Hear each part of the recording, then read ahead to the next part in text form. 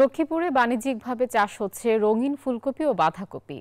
উচ্চমূল্যে বিক্রি করে হাসি ফুটেছে সদর উপজেলার চরমনসা গ্রামের কৃষক জামাল উদ্দিনের মুখে। তার দেখা দেখি অন্য কৃষকরাও স্বপ্ন দেখছেন রঙিন কপি চাষের।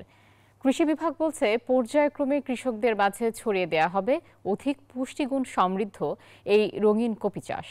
সাইদুল ইসলাম পাভেলের তথ্য ছবিতে ডেস্ক রিপোর্ট।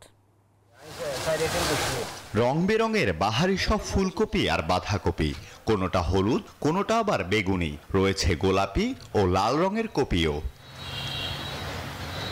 ২০ শতক জমিতে সাদা কপির পাশাপাশি রঙিন ফুলকপি ও বাঁধাকপি চাষ করে ব্যাপক সাড়া ফেলেছেন লক্ষ্মীপুর সদরের ভবানীগঞ্জের চরমনসা গ্রামের কৃষক জামাল উদ্দিন।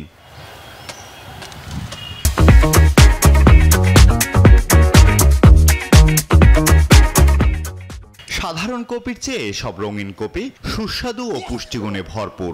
দাম বেশি হলেও বাজারে চাহিদা রয়েছে ব্যাপক। মোটামুটি আল্লাহ দিলে হইছে, খারাপ হয় না। আমার মোটামুটি বেচা বিক্রি সাদাটা একটু কম হয়েছে আর কি। তারপরও আপনার এই রঙিলা কপিটার দিকে যায়, মোটামুটি একটু আপনার টাকা পয়সা মোটামুটি আসতেছে।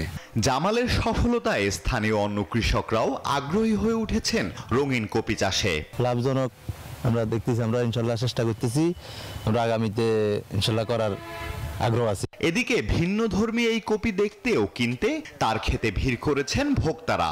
এই কপিটার চাহিদা বাজারে অনেক ভালো এবং এই কপি মানুষ খুব স্বাদ করেই খায়। রঙিন কপি উৎপাদনে আগ্রহীদেরকে পরামর্শ ও সহযোগিতা করে পাশে থাকার আশ্বাস কৃষি বিভাগের। তো আমরা কৃষকদেরকে প্রশিক্ষিত করছি এবং পাশাপাশি কৃষকদেরকে অনুপ্রাণিত করছি যাতে করে তারা এই পুষ্টিগুণ সমৃদ্ধ রঙিন বাঁধাকপি সহ অন্যান্য যেই সবজিগুলো বাজারে দাম বেশি থাকে সেই সবজিগুলো আবাদ করে। এসব কপি স্থানীয় বাজারে বিক্রি করে ১.৫ লাখ টাকা আয়ের আশা জামাল উদ্দিনের। Desk report, news 24।